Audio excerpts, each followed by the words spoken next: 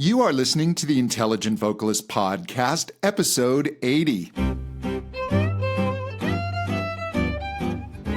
Welcome to the Intelligent Vocalist with John Henny. This is the podcast dedicated to help you be a smarter, better, more informed singer.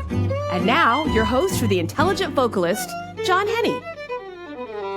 Hey there, this is John Henny. Welcome back to another episode of The Intelligent Vocalist. I do so appreciate you spending your precious listening time with me. Wow, 80 episodes. That's pretty good for something I just started as kind of a little goof for myself. The podcast has been growing steadily. I so appreciate your sharing the podcast, going and reviewing it on iTunes or Stitcher, and just putting the word out there. I really do love hearing from you and just knowing how this podcast helps. It's very edifying, if I may use that word. All right, if you have not yet gone to your local Amazon and gotten my book, well, go get it. Teaching Contemporary Singing. You can get it on Kindle, you can get it on print, and very soon, or in print, and very soon, I will have the audio version. I just finished recording it. That was pretty painstaking.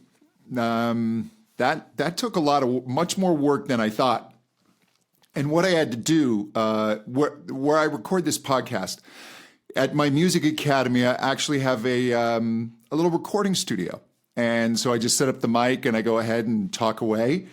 And the room's set up more for live vocal performance. The room's a little bit live, so that I've got some sound dampening on the walls, but the room's got a little tiny bit of echo, a little bit of liveliness. That's not bad. It's fine for a podcast, and it's perfectly fine for doing vocals on the level that we do. We're not cranking out professional albums. But man, for an audiobook, you can have no echo. So I actually had to create this contraption where I got a box from Target, one of those 13-inch by 13-inch storage boxes. And then I put in 2-inch acoustic foam and crammed it all in on all sides, put the mic in there, and then I put a sound blanket over my head so that there was absolutely no room reflection. I mean, voice is as dry gets, because Audible, they will reject your file if it's not quiet enough. So I wanted to make sure I don't want to go through the whole thing of waiting 2 weeks and getting it turned down. So I spent hour upon hour under this blanket, huddled, reading my book, and then I'd take my Kindle and I'd bump the mic, or words. I found out there are words that I can type pretty well, but are absolute tongue twisters when I speak them. So my next book, I think maybe I'm going to not use words with more than 2 syllables, because that's just too much work doing the audiobook. But I'm very excited to get this out. I will be turning this over soon. Just got to get the final edits done, all the little breath noises and everything, but I am finished. So look for that very soon. Again, you can get the print version. You can get the Kindle version. I have a small amount of copies available to be signed. If you would like a signed copy of the book, it's $20 to cover the book and the shipping and handling. I will make it out personally to you and sign it. I will send that overseas for the $20. Just send me an email, john@johnhenny.com, and just put signed book in the message. What is that? The title of the message. The subject. I can't even think. Put signed book in the subject. You can put it in the message as well. And I'll send you the link to get one if they are still available. But as I'm talking right now, I did just get a shipment in, so I do have a few. Again, john@johnhenny.com. Okay, today I want to talk about your vocal crowbar. Now, what is a vocal crowbar? It's actually a very powerful tool to help eliminate certain vocal problems, and certainly I found it extremely helpful in extending range, building power, and fixing that vocal break. And I'll tell you a quick story about where I really saw how this works. And this is kind of an extreme example, but you can use this as a bit of motivation just so you can understand how it works. I had a singer come to me, and she had been on American Idol back in the Simon Cowell days, and she had done okay. She got to Hollywood, but she didn't make it to the final group that then goes on to the live show. And she came to me, and I realized, although she just had this wonderful voice, she could not sing a note above her chest voice. So if you know where the registers happen in the voice, she could get up to the G above middle C in her voice, and as soon as that A flat came, which is traditionally where we need to start going into more of that mix or that transfer from the chest register towards the head register, the voice would just fall apart into a whisper. I mean, there was really nothing there. And what we did, I had to kind of poke around a bit and figure out, I went to more narrow vowels, and the vowel I found that could begin to work was E. And what I found I could do is get in there just a couple of half steps or semitones to the A flat, the A on an E vowel, and then it would fall apart. And the next week, we could go a little bit further and it would fall apart. But by the time, after a few weeks, she could get up to the B flat using this E vowel. So I thought, okay, we'll slowly begin to open it. So I opened the E ever so slightly to E, and it fell apart. And so we had to pull it back into the E. And this was pretty painstaking, and she was quite patient, and she trusted me. But over and over, we would open the E to the A, and then it started to hold. And then the A to the and it started to hold. To it held. It held. And she ultimately, this took a few months, she found her mix. She was able to start singing up to the E flat, the octave and a half, the E flat 5. So you jump an octave above the middle C and then to that E flat. So she'd added about a fifth to her range. And then the rest of it started to come in. And every time we had to get to a tricky area, we would use the E vowel. The E vowel was our crowbar. The E vowel was the one sound that worked. And from that one sound that worked, we were able to start to find the other sounds. I recently worked with another singer. Same situation. The voice would get into that area and it would just flip apart. And the sound that is beginning to work is oo. And from the oo, we can gently go to o. It's almost like an O, but through the oo lips. And then that started to hold. And then it's building from there. This takes a bit of patience on the part of the singer. Sometimes it's very hard for us as singers to understand that we need to slow down like instrumentalists do. We really need to take our cues from how people learn to play fixed instruments. And the best of them are very slow and methodical and focused. Again, we singers just love to grab a song and run it top to bottom, and that's not how you're going to improve. You have to specifically focus on an area and figure out how you're going to improve it. And when something doesn't go right, as I recently talked about, you measure that. You don't waste that event. You look at how it didn't go right, how far off you were from your target, make an adjustment, and reanalyze. So what we need to do is we need to find our own vocal crowbar. There is going to be a vowel sound or a scale, an exercise that is going to tend to work better than all other sounds. Even as you get better and better at the voice, there's always going to be go-tos.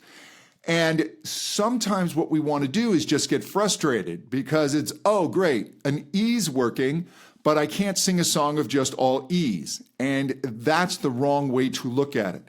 When you find your vocal crowbar, that tool that's going to start getting in there with a little tip and start to crank and suddenly create a wide opening and open up the rest of your voice, that is a cause for celebration. You cannot get frustrated with that and just look and go, oh man, all I can do is sing an E. Because I will tell you, if you can get a note on an E vowel, you can get it on any other vowel. It makes sense. Your body, your voice is telling you that it can do this. Your voice can do this.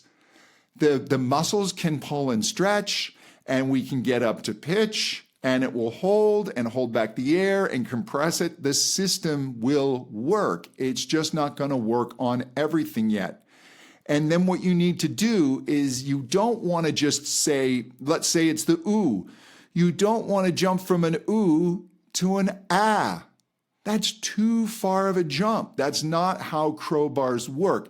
You got to get in there and just wiggle and just begin to pry back and forth. So you need to just take one small step wider. Ooh, oh. And then you can even think but keep the ooh lips. Ooh. And bit by bit, you can start to work exercises on that. Find scale patterns that are best for you. Find consonants that are best for you. Some people, a G, a hard G, some people, it will bind them up and just grind up the voice. Other people, other students, it will actually help them start to get some compression. It assists in the holding back of the air. So that's their crowbar of a consonant. Find your crowbar, the three exercise elements are scalar pitch pattern, your consonant, and your vowel. Start finding your crowbar for each of those and slowly and systematically start to open them up. Start to stretch them. Start to move. If your consonant is a hard G, don't move to not having a consonant or an aspirate like an SH. Move your G to maybe a slightly softer G, and then maybe a B. Stay close in the family. If your vowel is an E, open it gently to E. Don't suddenly go again to ah or ah. That's going to be too big of a jump.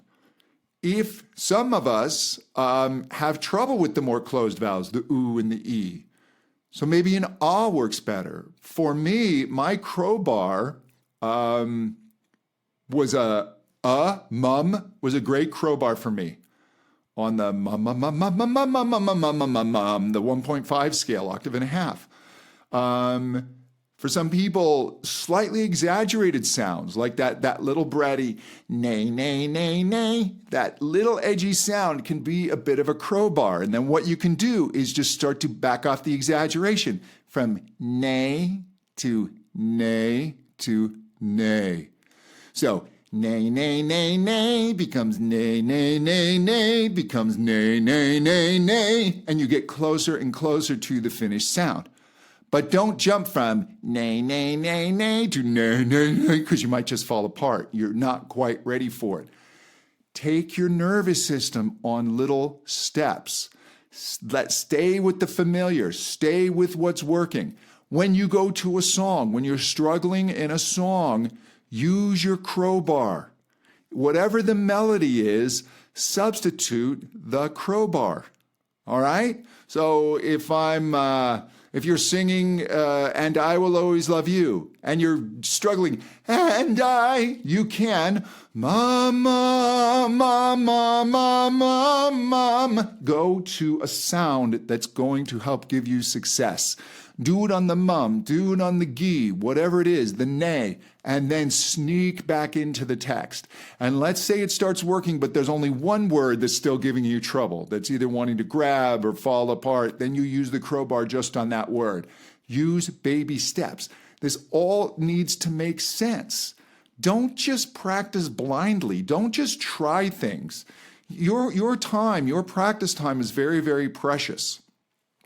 It takes a lot and I realize that when I'm writing my book or recording the audiobook, to set aside a block of time where I am not disturbed by anyone or anything is incredibly hard. And when you have that time, don't fritter it away. Don't waste it by jumping from one thing to another and causing yourself frustration. Move from small success to the next small success to the next small success. Build this, and before you know it, you will have made huge improvements. I promise you. All right, I want to thank you so much for listening today. If you want to find out more about me, go to johnhenny.com. You can sign up for my email list. I send out my thoughts 2-3 times a day. Oftentimes, these podcasts will start off as an email rambling that I send to my list. You also get special offers with my courses. There are bonuses that I will give out that only my list will get. And sometimes those bonuses are quite valuable. So you will want to sign up for those if you're interested in taking any of my courses. If you are interested in studying with me, you can go ahead and click the lesson tabs on the website, or you can always send an email to frontdesk@johnhenny.com, and Tracy can give you all the information and get that scheduled. I do Skype, Zoom lessons anywhere in the world. I also teach here privately at my studio, and I'm always happy to work with listeners of the podcast. Funny how that works, but we do seem to get along. And until next time, to better singing. Thank you so much. Bye-bye.